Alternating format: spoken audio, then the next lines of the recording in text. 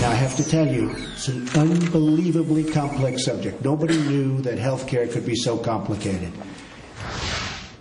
Well, no doubt about it, repealing and replacing Obamacare is complicated in the eyes of, the eyes of everyone in the country on President Trump and the Republicans, as the president telling top health insurance executives today that they got to work together to, quote, save Americans from Obamacare. But what exactly are those challenges, and why is this such a Gordian knot? Joining me now to discuss, Dr. Nicole Saphier, Lily Gil Valletta, and Heather Higgins. Doctor, let me start with you.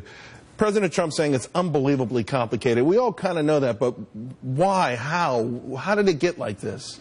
Listen, America, the United States, is a very diverse nation, culturally, economically, and that is what really makes America the best nation in the world. Now, because of that, they have very diverse health care needs, and what we tried to do with the Affordable Care Act was give blanket insurance to everyone. It was a weak attempt at socialized medicine.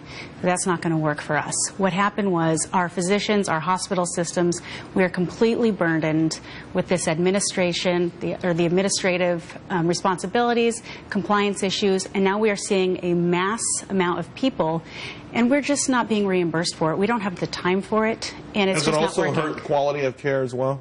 Absolutely. I mean, it used to be doctor and patient in the room, and now it's doctor, patient, computer in the room, if you're even lucky enough to see your doctor. The physicians are so burdened with doing all of their documentation, their charting, that they have very little time to actually see the patient. Right, and of course, Lily, on the business side, we know that the hard luck stories are legendary. Of course, the law itself is riddled with taxes, riddled with the redefinition of full-time work. It's just been a huge brick wall for businesses. Yeah, anything that adds complexity or the need for added documentation is going to be expensive in the long run, especially for us small business owners. There wasn't just all of a sudden the mandate to cover everybody if you have more than 50 employees, but also the threat of a penalty of up to, $2,000 per employee if you don't comply. So all of this adds complexity, and at the end of the day, fine, I think it's great that we need to find ways to have a competitive environment that allows for coverage,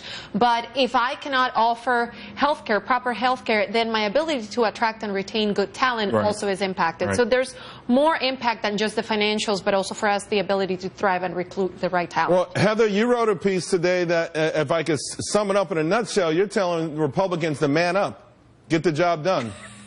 That summarizes it very well.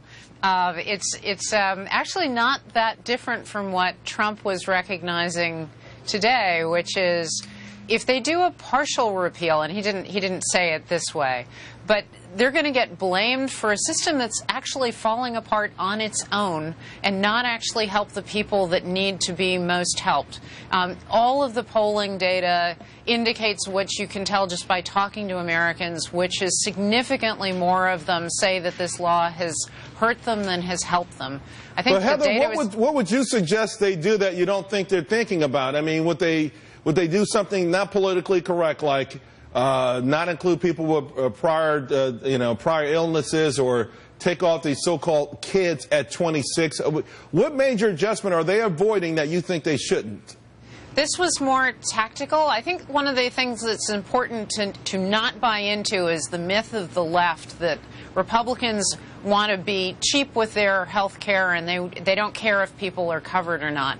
What Republicans are saying is that we share the same goals. We want it to be affordable and accessible, but there are a lot better ways to do it than the Affordable Care Act, where you actually could have lower costs for people and better choice, not be driving doctors out of the market and feel that they can't afford it anymore to be in practice, not be burdened with all of this bureaucratic stuff that doesn't help their being doctors. And so what I was suggesting is doing a partial approach of a little bit of a repeal now and then trying to do more of the reform later and the rest of the repeal later. That's going to run into politics in the worst way, and you're much better off if you do the whole thing in one fell swoop and basically pass it out of the House. The doctor here, are you confident in Washington, D.C., doing this in one fell swoop over the next couple of weeks, next few weeks? I do believe President Trump has gotten himself a very good team when it comes to Secretary Price and Seema Verma. I think that they could really put together a plan that is going to help us, and it's really going to help physicians, hospitals, patients, and everyone who has stake in the healthcare system. People will get affordable, good affordable care, which is what everyone's saying they want. Insurance doesn't necessarily mean affordable or even quality care. So we need to make sure we separate those terms. Guys, we got to leave it there. Sorry about that. Great stuff. I appreciate it. Well, it was another record day on Wall Street. The Dow and S&P both posting record highs. A lot of people are going to tell you this reminds them of 1987 when the market crashed. I'm going to tell you why. That's a good thing. Next.